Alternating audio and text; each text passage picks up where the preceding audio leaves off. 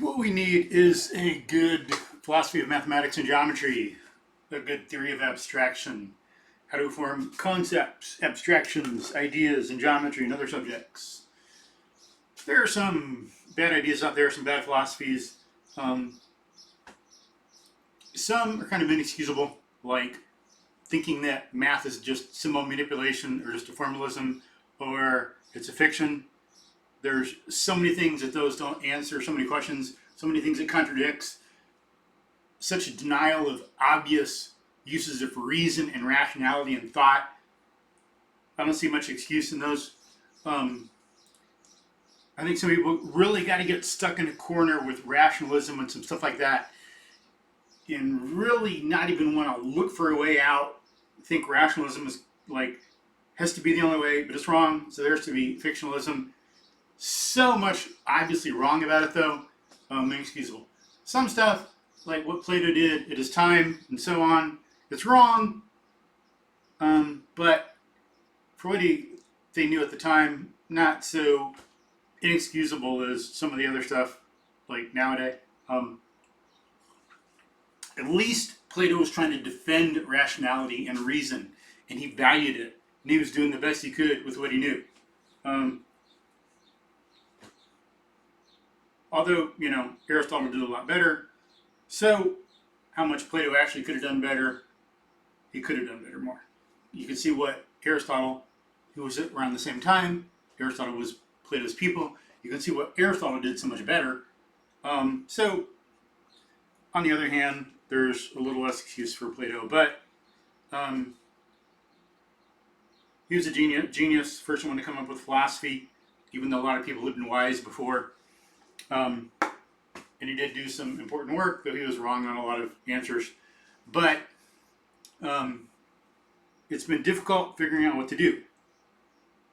A lot of us can't figure out such a genius thing on our own because it takes going down below the depth of what we've already learned. You could talk about what's a point, what's a line, what's a triangle, how does topology work, why is it topology? A lot of us cannot get down below that because to do this, you have to have a good theory of concepts. A lot of us can use our thinking, of course, just like we can use our running and our heartbeats, and we can eat and digest.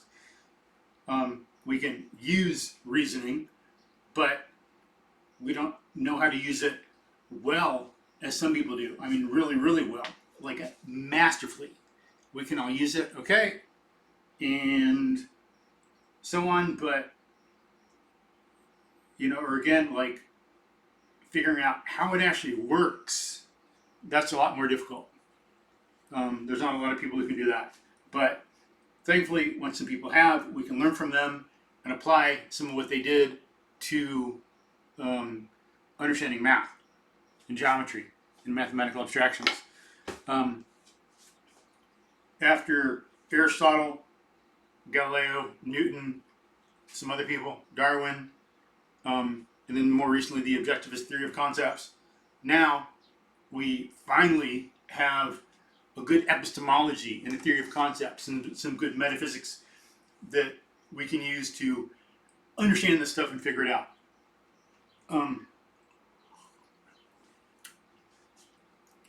And we have an epistemology that lets us see how things are connected and related.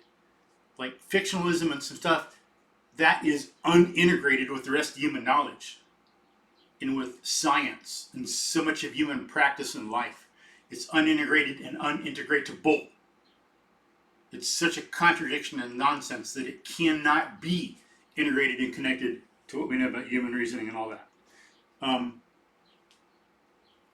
The Platonic view also, but not as much. Kant, wrong. Plato, wrong. But as wrong as they are and as bad as they are, they're better than like fictionalism or something like that. At least there's something you can think about. At least they recognize like something about math. At least they're trying. But some things we need to be able to answer, and we got to work on these as we think about more about philosophy of math and geometry from a good rational perspective, objective perspective. We've got to know, what is math? What is it about? What is geometry about? What does geometry study? What are its methods? You know, the methods of psychology are different than the methods of geometry. The methods of statistical inference are different than the methods of geometry, and so on. Methods for understanding human fitness are different than the methods we use in geometry. So what are the methods of geometry? Why is it part of mathematics and not physics? How do we form concepts and abstractions in geometry? Because it's different than like physics. You know, we do things different in physics than in psychology. How does proof work in geometry? How do we prove things? How do we verify? What's the proof process? How do we learn geometry? You know, how do people think about and use geometry? Those are some of the questions. There's more. You know, so for example, like, why is geometry so useful and practical?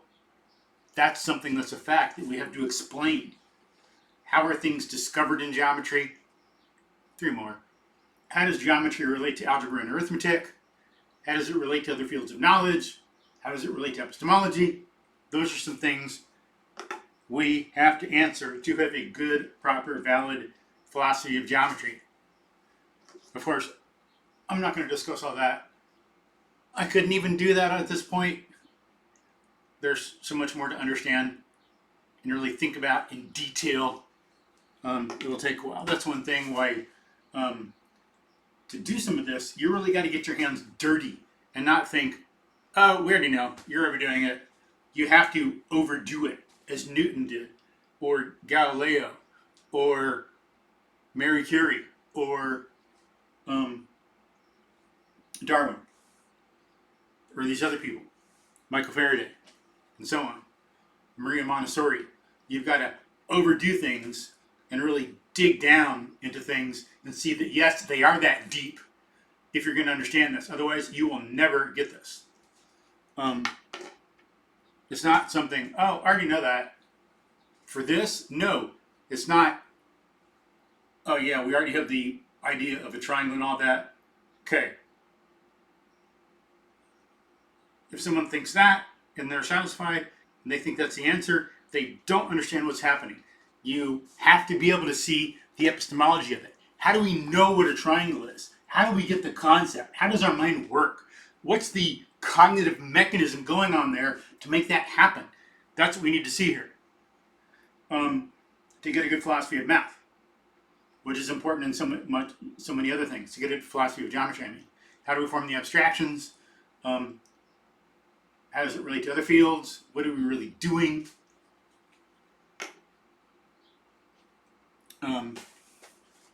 So, you know, it's something only for people who are going to have the discipline and depth to dig into it, and the persistence, and so on like that.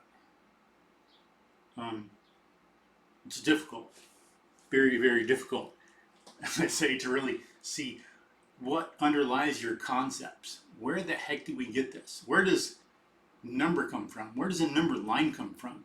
How do you cognitively reverse engineer that? Kind of deconstruct it.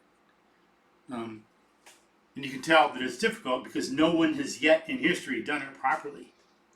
It'd be nice if someone had. But some people are doing some good work, like Pat Corbini. I listened to some of her lectures and they're really, really good.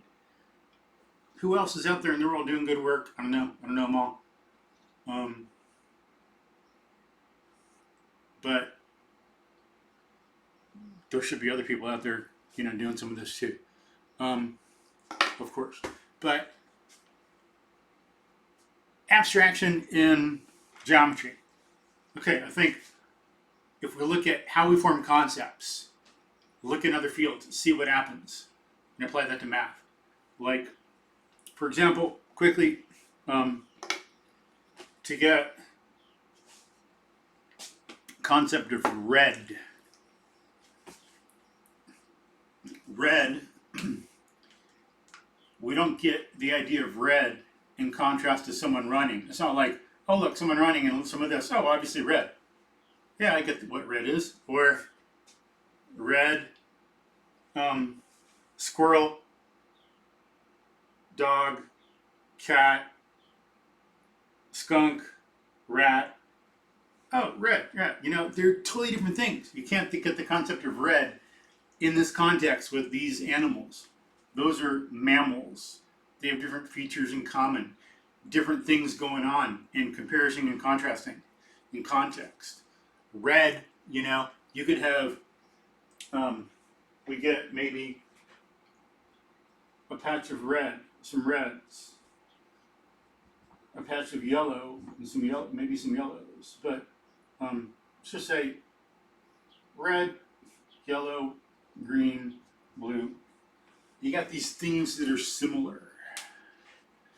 And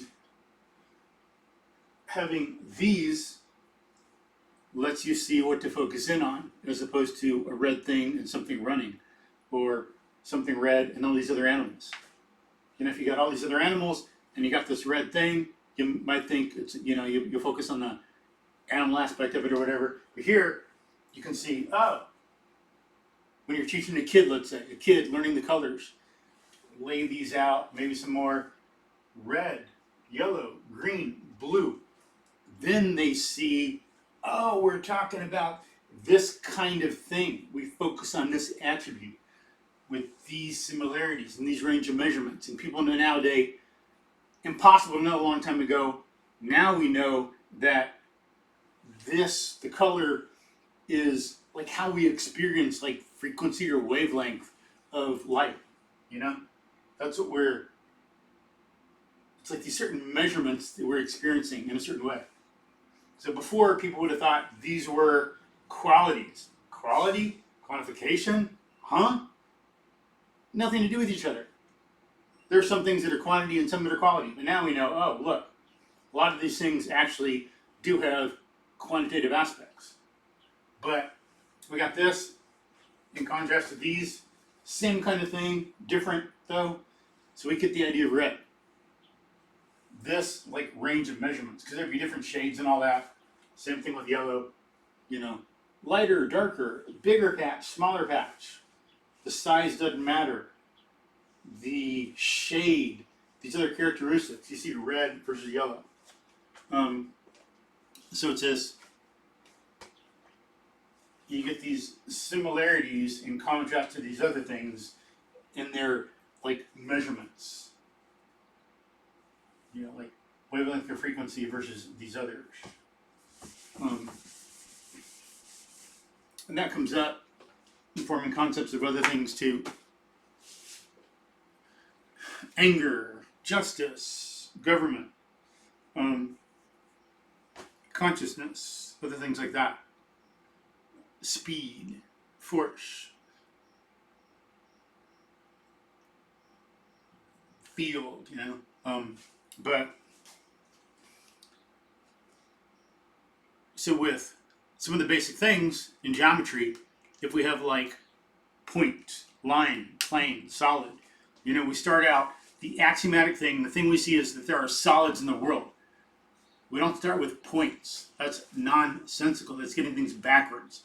In understanding the world, in developing our knowledge of shape and all that, three-dimensionality is the given. You don't develop it from points or lines or whatever. You analyze things to get that. That's, you know, the Platonic view, or the way it's like taught to us, kind of is like backwards. You don't get points and make lines and make planes and planes and make surfaces. Ludicrous. Because for one thing, it's impossible. A point is supposed to be something with no dimensions. A line is a direction. A plane's got 2 dimensions. You can't get something with no dimensions and put them together to make something that's a line. People have pointed that out, like Aristotle. It's ludicrous. Where do you even put them together?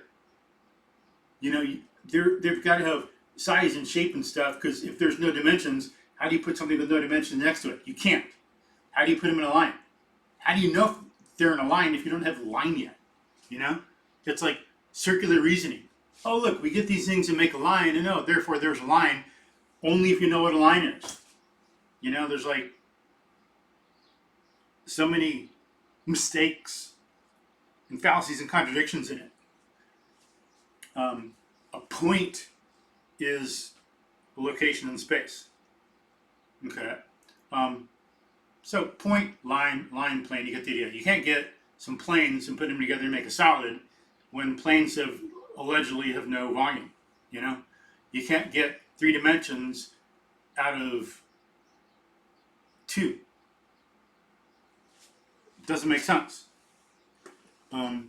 So it's more like we have solids, we know they're a fact. Solids have planes, we know that's a fact. We see it.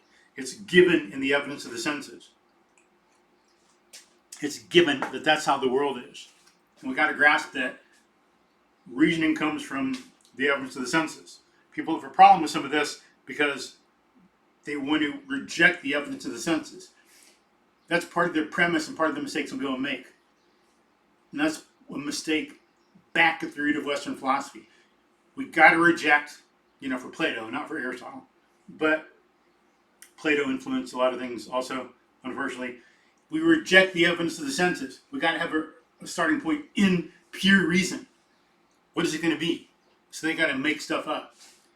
That's the reason why some of the axioms in geometry are done the way they're done, not because it's advanced or scientific or rational or correct or logical, but because some people made the mistake of rejecting the evidence of the senses as valid.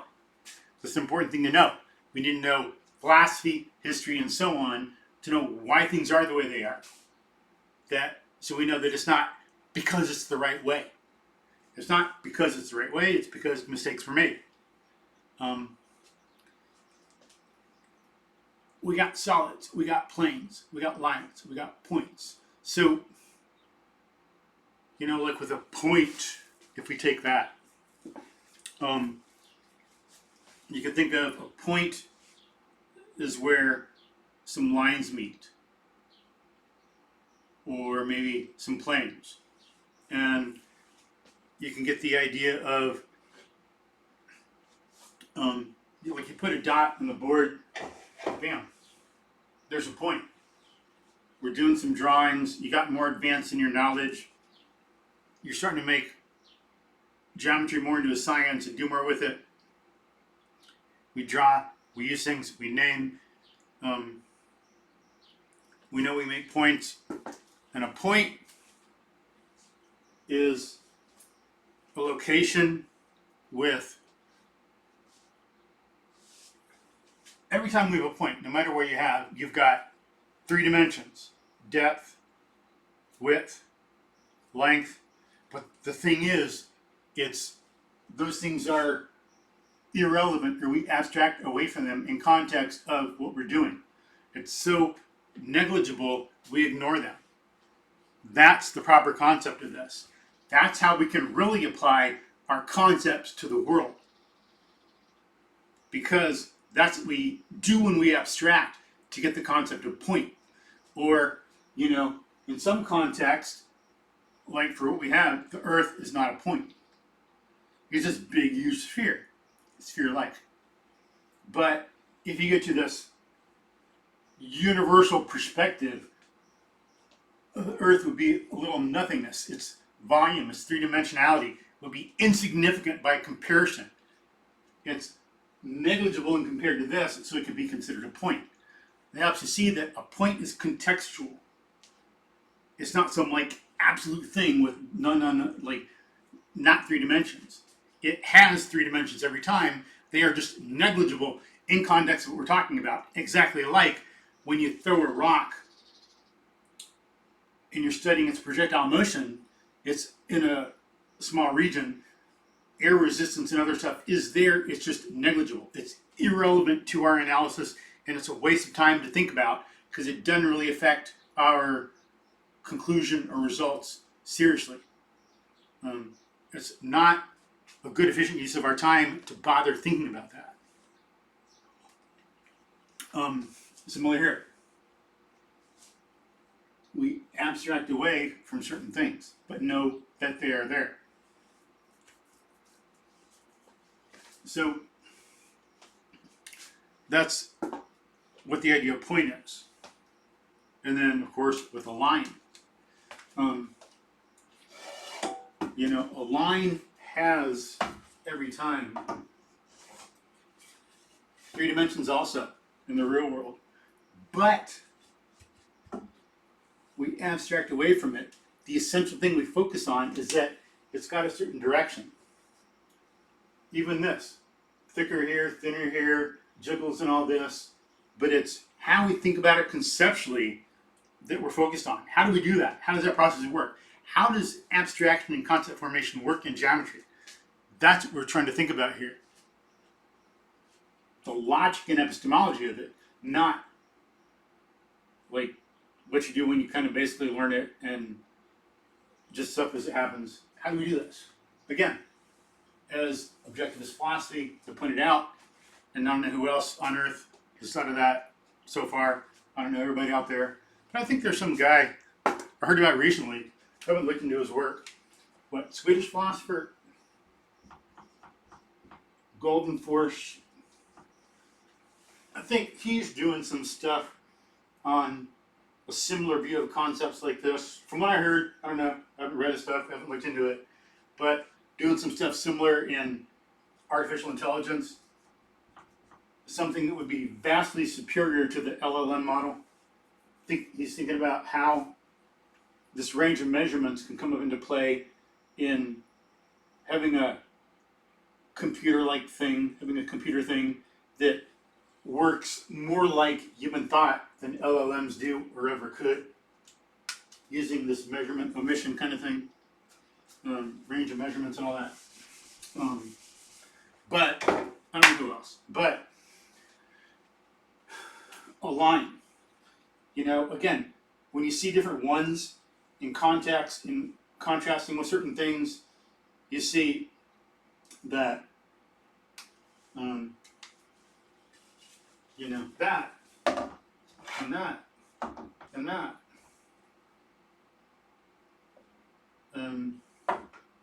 That, all these things. You got these things in contrast to some others, other shapes. What do they all have in common? That they go in a single direction. They have to have other things. To go in a direction, you have to have length. If you're at a point you cannot go in a direction, there is no direction gone. You've got to go in a certain direction. There's got to be some length. There's got to be direction. There's got to be three-dimensionality for our world. Or two-dimensionality if you're just abstracting away and working on that. But two dimensions is not fundamental. It's an abstraction from the real world. What we see, that is the given. Two dimensions is a more abstract viewpoint on that.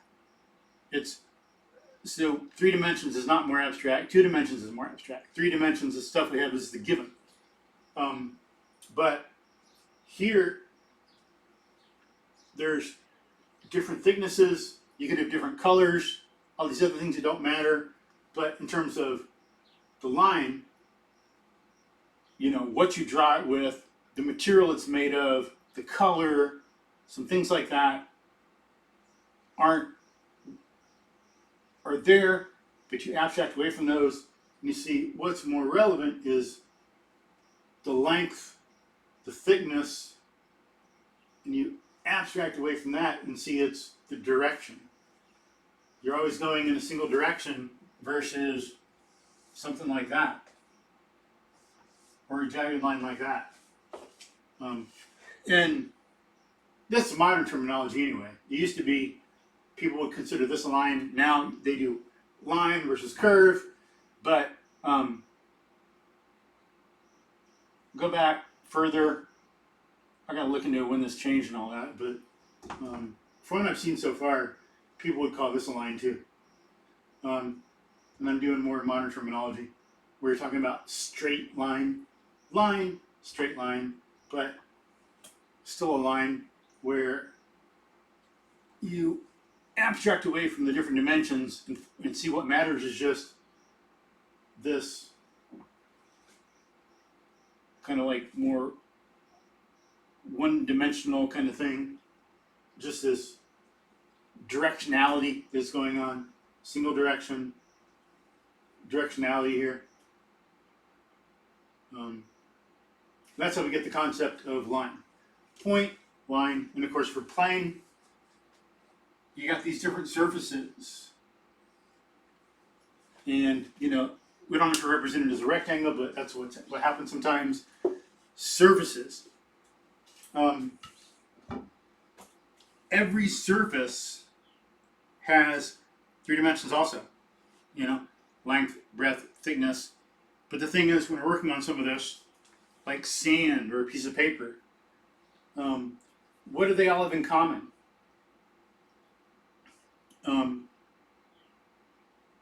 They all have in common their extension in like 2 dimensions. And we abstract away from that and know that for a plane, it's always got to have a certain length and a certain breadth. And then that's got to be the case, and the thickness is regarded as negligible. There has to be a length, there has to be a width. There always is a thickness, but we abstract away from that because we care only about the 2-dimensionality of it. Just like when we talk about floor space or carpet or something. You know, you buy a certain amount of square feet of carpet, you know that there's always a bunch of thickness, obviously. Or you got walls to paint. You know, how do we paint walls? You don't get some kind of like 2-dimensional stuff with no thickness and apply it to the wall. It's impossible. It's ludicrous. Everyone, you know, knows that never happens. What you do is get a volume and apply it to that. Because, you know, you're assuming, they say, if it can cover a certain amount of square feet, then it's a certain given amount of thickness that's kind of uniform. There's always got to be a certain amount of thickness, but it's the 2-dimensionality of it that we focus on. That helps you see how that comes to play, how that's legit. And, you know, we talk about square feet with other things like that. It's that aspect of something we focus on, knowing there's thickness, but the thickness we consider negligible. And then, just like with red, there are different shades of red. There must be some. With planes, there has to be some length and width. We know it can vary, smaller or bigger. And when we learn more abstract ideas in math, we see it can extend like from near nothingness all the way more and more and more to infinity. Infinity is not a thing, it's not a place. It's the idea that the extension could continue mathematically.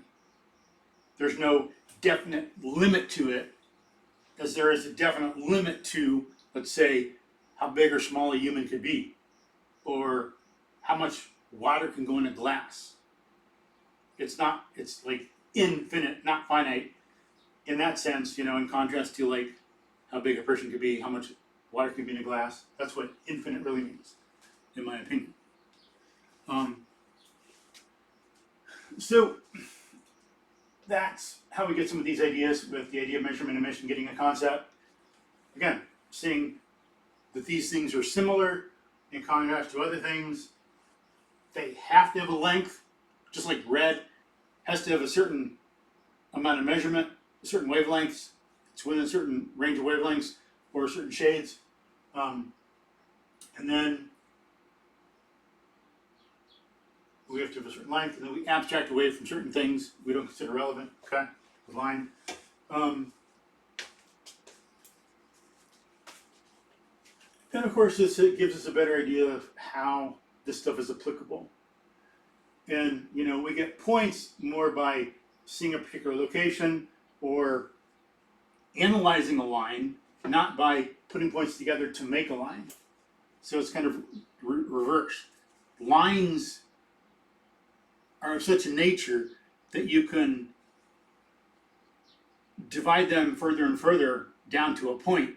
They are not made of points in that sense.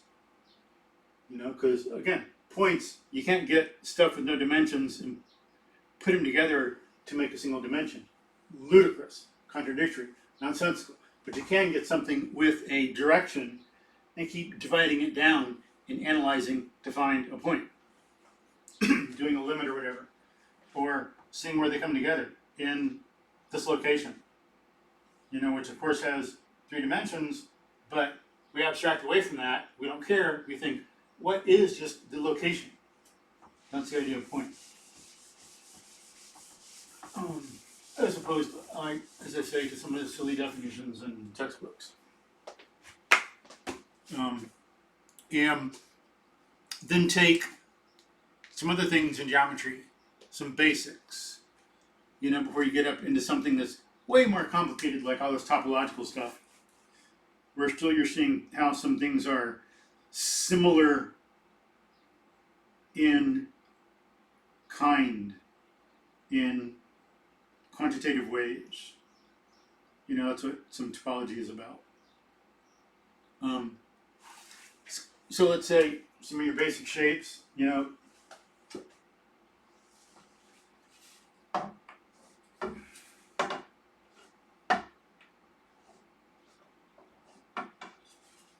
we got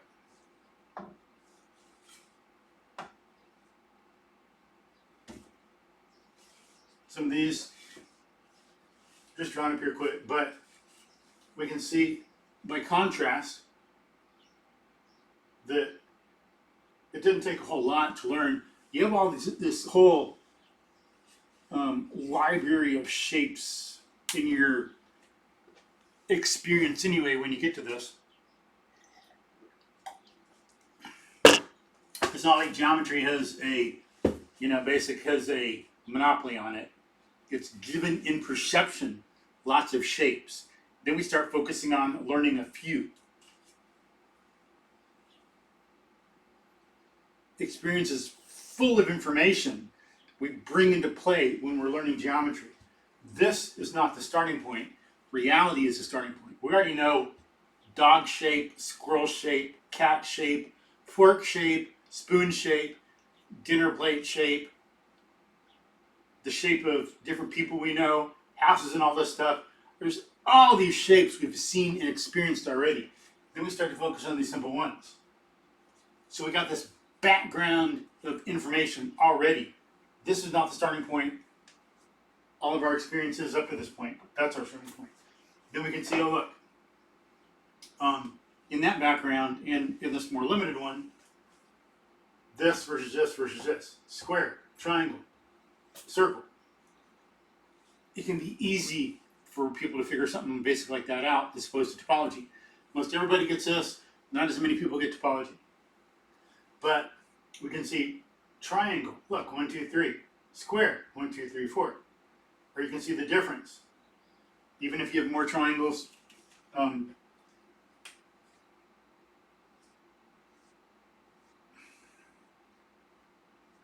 then with more, then you can start to see, oh yeah, what do these have in common versus these? Triangles. And this. And or squares. So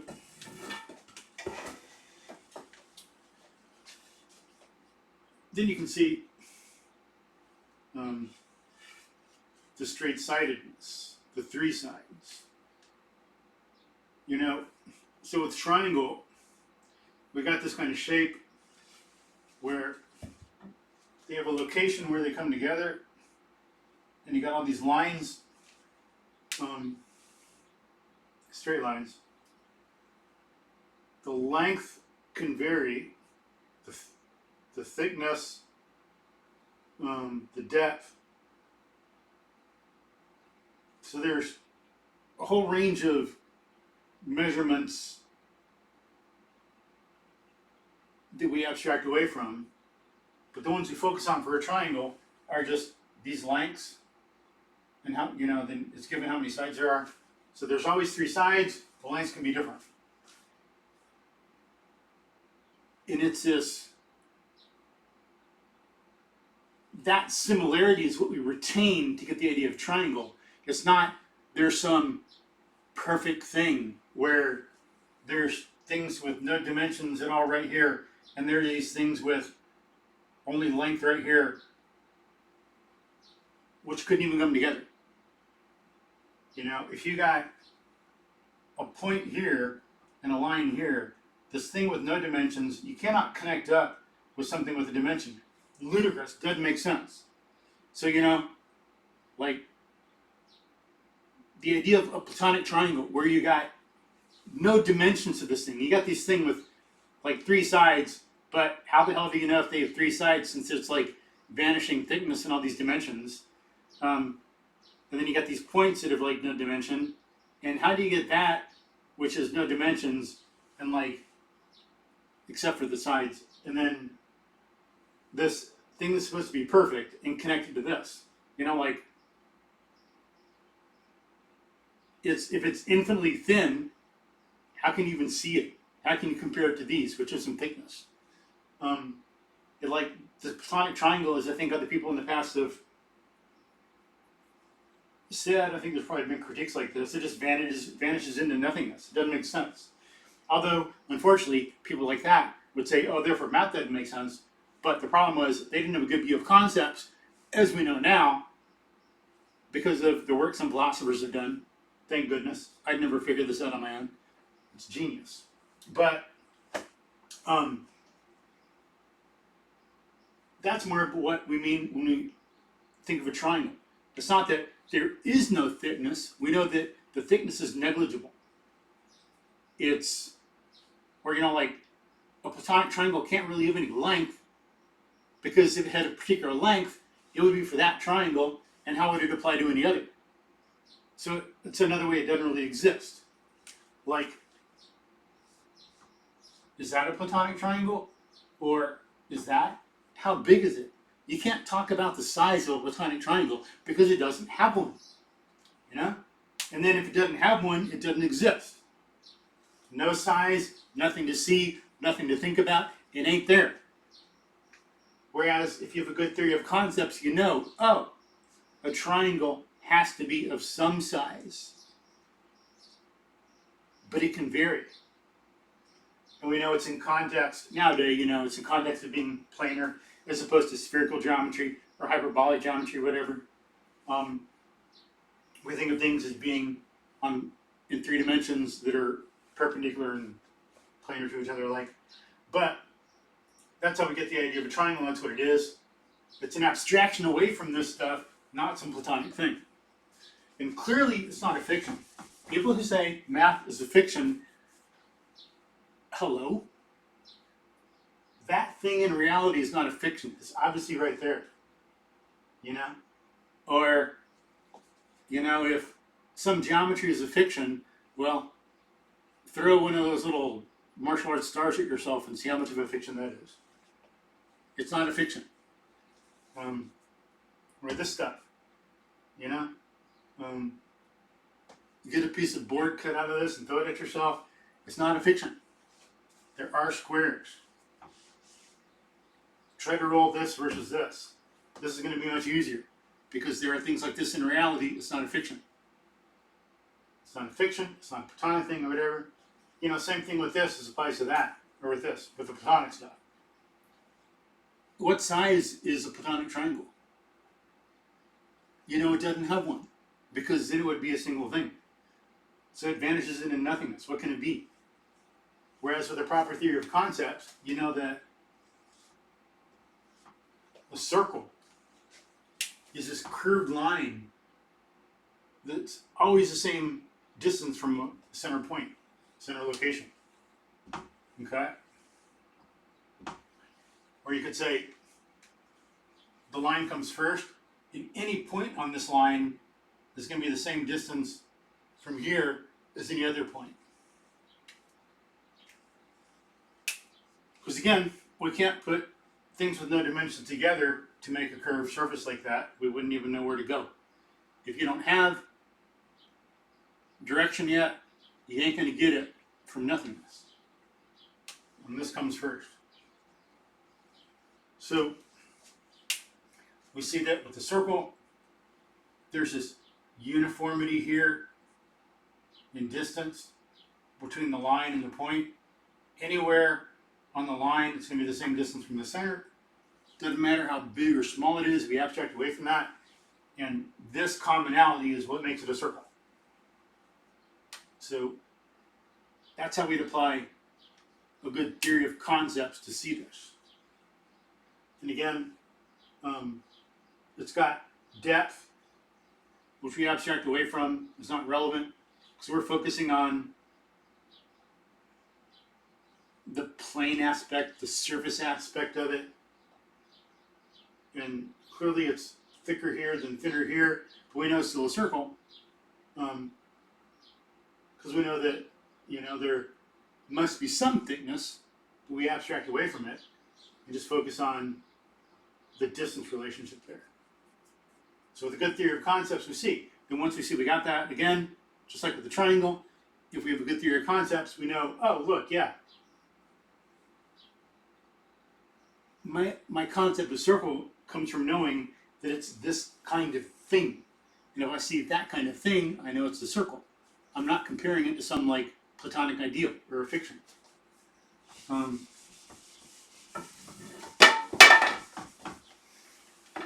So this is a better idea about geometric abstraction. How do we form geometric ideas? And part of the thing here, it's implicit, but I haven't said, is that it's an identification of something in the world. We're not thinking of things only in our head. It's not turning away from the world, making stuff up in our head. It's not like Plato said or Immanuel Kant. We don't apply ideas to the world and pop, then they get some nature that we force them into. No. These things were here. You can see in nature already. Bees had hexagonal cells before humans were ever around, so on and so forth. There were certain rock formations, there were certain shapes before any human was ever around to see it, and so on. Math comes from our conceptualization of what's in the world. Then, because we're human, yes, we can apply these things to make certain shapes. But they were in the world in the first place. And then we got certain things from seeing how they can work with number.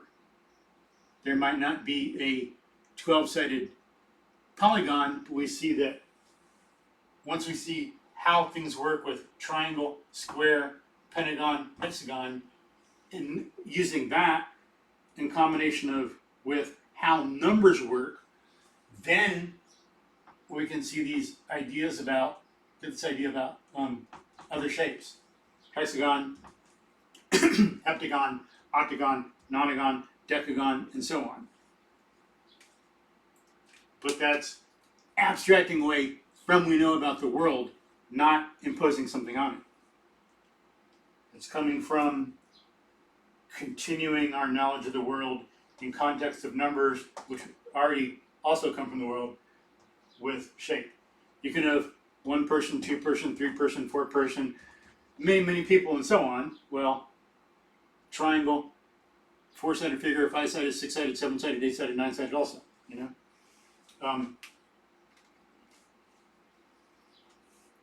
So that's an important part of this too. That we are conceptualizing reality. It's this integration of the two that gives rise to geometry, not some pure reason thing only.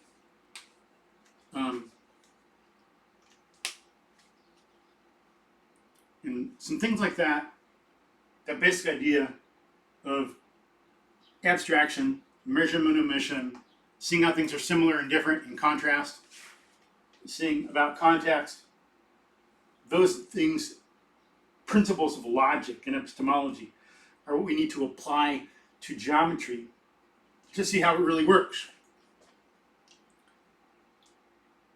How we form abstractions, how we think about geometry, how we learn it, how we discover new things in geometry. That'll help. Just like I say with the red. You have to have things that are similar to be able to get the right, to get the concept of red. Similar in kind. Again, red, yellow, green, blue. When you got some things like this, then you can focus on the correct aspect. All these things are similar in contrast to these, so we get the concept of red. We got similarity, difference, contrast, and a context. We identify these, form a concept, that's how we get concepts, how we form them. And the same process applies with geometry. But in some ways, it's a lot easier in geometry. It can be harder to see, more abstract, but easier in some ways because, especially at the beginning, because it's just shape and a certain number of sides. We do not need to know some things that are much more abstract, like how to differentiate governments, how to differentiate degrees of crime. Some things like that take a lot more experience and knowing about the nature of things than some geometry does. Because the geometry is about something more readily available to everyone. And that's why younger people can learn geometry and become really good at it, like math also, before they ever, or not. I mean, geometry versus math, like they're different things. But they can get good at geometry, math, math more broadly than geometry. Geometry is part of it, but much easier because of the nature of the thing than justice or advanced things, concepts in biology, because it's more simple. You focus on, let's say, the number of sides, the length, this length versus this length, regardless of what the kind of thing is, this length versus this length. That's easier for people to grasp than trying to figure out the nature of two things. And so, we can see geometry is part of math because a lot of the methods are mathematical, the same. Some of the differentiations are based on quantity. If you got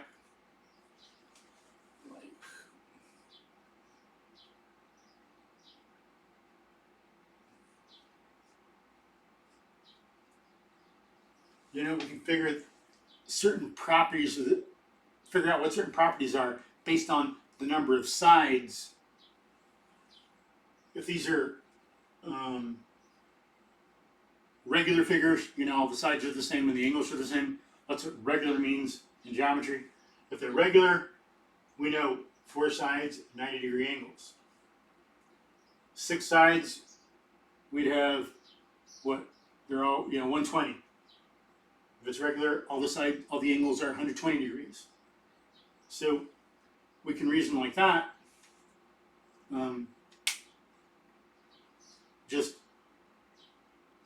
It's more strictly quantitative. You're not so much using quantity to get something, but it's straight up quantitative. You can use math in physics, but it's not straight up quantitative. You can feel the strength of get 2 magnets, let's say north to north, you can feel the repulsion when you get them close together. You don't need to go to the math exactly to do that. It's good to use the math to see what's going on. In here, of course, you can see bigger angle versus smaller, but then, we get 4 sides to this angle, 6 sides, 120. That's the stuff we do. It's more quantitative like that versus figuring out the mechanical mechanism in physics or chemistry. Why do these chemicals combine? Why do you get water? Or why, under some circumstances, do you get this kind of chemical versus the other? Because their angles and all this stuff can affect the chemistry and all that. But this stuff more purely quantitative. So part of geometry. So we see there, we got some answers to some of the basic questions, some things that are important. We see what geometry is about. And we did a starting point, and then you can develop a lot more from there to get to the more abstract things in geometry. We see how it relates to epistemology and concept formation.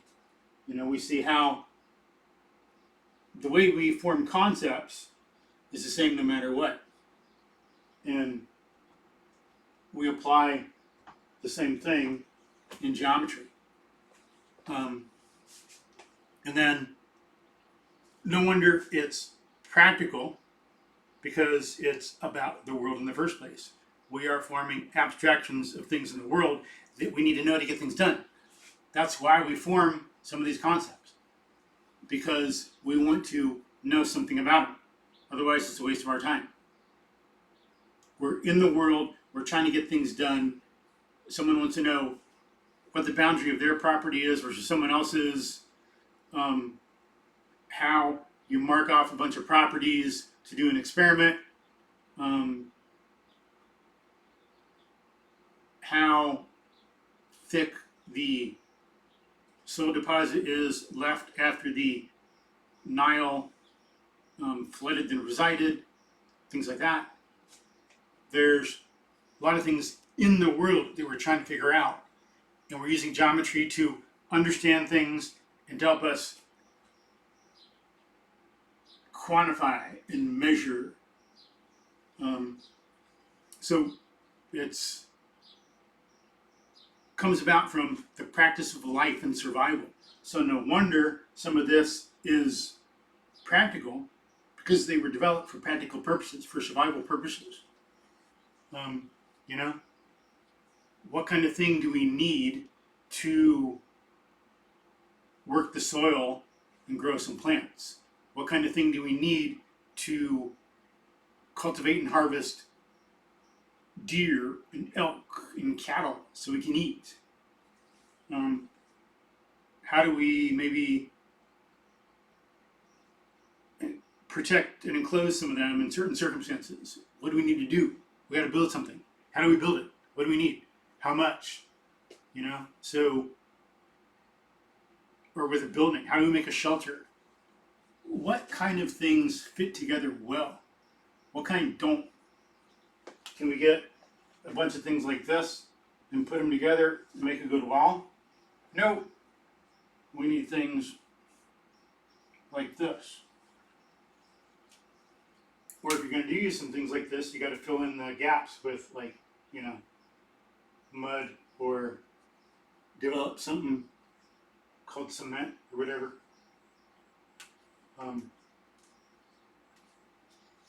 So in building, shape is important. And then when you start to decorate things, shape's important. What are the shapes and colors inside a house? On some decoration, on some drawing, on how, like, the shape and color of food on a plate, a lot of practical situations are there where we're using and needing geometry in its mathematical aspects. Then we see, of course, when you look at chemistry and physics and other areas, we know shape is very important. So this helps us see better how we get the idea of shapes. It helps us see why it's so important. So having a good epistemology is important in this. When it's Platonic, if it's this silly idea of fictionalism, we don't get this. We're clueless. You can't figure it out. They have these unanswerable questions. Again, some of those viewpoints are unintegrated with everything we know, and they are unintegratable. They cannot be connected as a whole entire totality to everything else we know, as they should be if they were correct.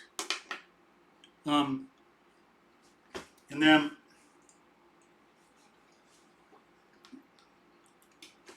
geometric proof. A lot of this stuff is to be developed more, of course, but some of that, I think, is already understood partially because people developed some ideas about proof a long time ago by arguing through practice. They developed ideas inductively and they brought that into geometry. So somehow that's done. Some of these people already imported into their deductive systems things people had got inductively. Immanuel Kant, Plato, they got some of what people had figured out through experience inductively about how reasoning works and imported it into their systems and called it their own. But it wasn't. So some stuff we have about how geometry is proven is already fine. We just need to see that the axioms of those systems are wrong. Their basic viewpoint is wrong. We don't have stuff made up in their head or ready-made concepts that are imposing order on the world. Again, we have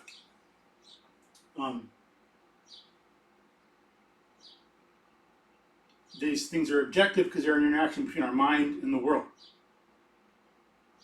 The mind has certain rules it must follow to have correct knowledge. That's what we've shown. That's what deduction and argumentation has shown, and science. To get some knowledge that's true, we got to go through a certain step-by-step process. We can't just do whatever the hell we want. Consciousness isn't free. There are certain rules of consciousness, certain cognitive mechanisms we got to go through to get true knowledge. And so it's this interaction between the given causal things in the world and the given causal things in our mind that determine truth. Not made up stuff, not social, not whatever, but what's given. And the basic stuff comes from the world. Even if you don't understand some things about what goes on in the mind, people can still get important aspects and fundamentals of objectivity by saying that you have to conform to the facts. A lot of people know that. Even without knowing a lot about concept formation and all that, induction, abstraction, similarity, difference, measurement, emission, even without knowing all that, they still know to some extent what objectivity is. And then, again, once you see that, there are certain mental rules I got to follow, and then what all are those things? You start asking yourself, okay, some things are similar. What exactly is similarity? What exactly is a contrast? How do we form concepts? What's an induction? How do concepts relate to induction? How does induction relate to causality? How does similarity relate to characteristics? How does magnitude relate to attributes? Things like that. You can start to see, get these questions, get some answers, and then really start to understand what's going on. And we could think more about proof. A lot of stuff needs to be done in philosophy, math, philosophy, geometry, get things right. But as I say, because some stuff was already developed well inductively, and then brought, and then like imported into some of these other systems. I think some of it's right. We just need to get the correct framework, a good epistemology and metaphysics in place to back understand it properly, to see how people understood it in the first place, instead of Platonic deduction or something like that. Then we can see more maybe how, since we form concepts like this, form geometric abstractions like this, how does maybe like induction work in math? How do we get inductions? Instead of being dismissive of it, as some people are, and saying everything's a deduction. I think that's ludicrous. Because then you get these problems. It's like, well, if you start with these axioms and that's all you got, then, I don't know, like Gödel or whatever, you got these things that supposedly math is a closed system, when that's just a misunderstanding of math. That's not what it is. Once you grasp that math comes from our understanding of the world, then some of those problems about math, you see they disappear, they're irrelevant, they're a attack on a false view of what mathematics is, a false view of epistemology and abstraction. They're not an attack on real math, what it really is. It's like a straw man thing. It's an attack on a straw man, not the actual person. So I think this epistemology, the objectivist epistemology, clears up a lot of things. So we need to get geometry thought of in an updated Aristotelianism. Look at all the discoveries that have happened in epistemology since Aristotle, all of these things about induction and all that, and then apply those to some of the stuff that Aristotle did get right, then we're going to have a good proper theory of geometry. Then we can answer all the questions. Then we've got our understanding of geometry and math as it should be. We see geometry and math as an integrated whole with all our other knowledge, not something separate and distinct from it that seemingly confounds us with its practicality and all this other stuff. So geometry comes from our understanding of the world. It is not a fiction, it is not symbol manipulation, it is not formalism. We don't look at some Platonic objects. There's not some Kantian concepts like this already made up that we use to organize a undifferentiated flexive experience with no identity. No, things have identity, it's given in the world. Geometry is looking at things in the world and identifying them and logically processing them. It is not having some axioms in our heads that we deduce stuff from. It's having a reality full of information. A lot of it we don't even know yet. And that's trying to unravel that information, unravel it conceptually. The information is there, we want to unravel it. We use geometry to do one aspect of that, to unravel things about shape. It's basically, geometry is a branch of mathematics that studies shape in all its measurements and variety that we still have to discover. That's why it's like an open system, so to speak, not closed. It's not closed by the axioms of Plato or whatever. It's open by understanding of reality and whatever there is to understand. It's closed insofar as geometry is geometry, but it's integrated with everything else, and it's an identification of things in the world and whatever there is to discover, which is seemingly infinite. So the thing is, we need to get that, see that we are studying attributes of things. That's its real basis. Three-dimensionality, then we can see surfaces of things, lines of things, lines left by a moving object, and all this other stuff. We got to understand how we form abstractions, how we form concepts. We need to see the role of similarity. Not there anymore, I erased it. Sorry. Similarity, difference, contrast, context. Apply that all through mathematics, because that's how we really form concepts. And one thing about them is there are abstractions from abstractions. We can get pretty much very close to experiential level, circle, square. Some things come from abstraction. It's not like to get parabola, there's some kind of Platonic insight. We look directly without necessarily needing anything to see parabola. There must be precursors to it. It's not a fiction we make up, and you can make up this story regardless of anything else, or you can just use these symbols regardless of anything else to understand and know what a parabola is. Takes cognitive development, a step-by-step process before it. It's an abstraction that depends upon other abstractions. So it's this theory, we understand that better.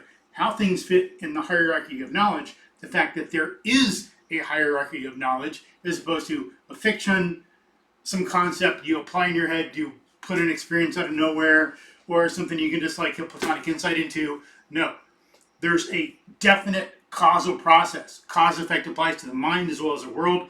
To have knowledge of this, like a higher level abstraction like parabola, it's an abstraction from abstractions, and you got to apply this causal process to get to that as well.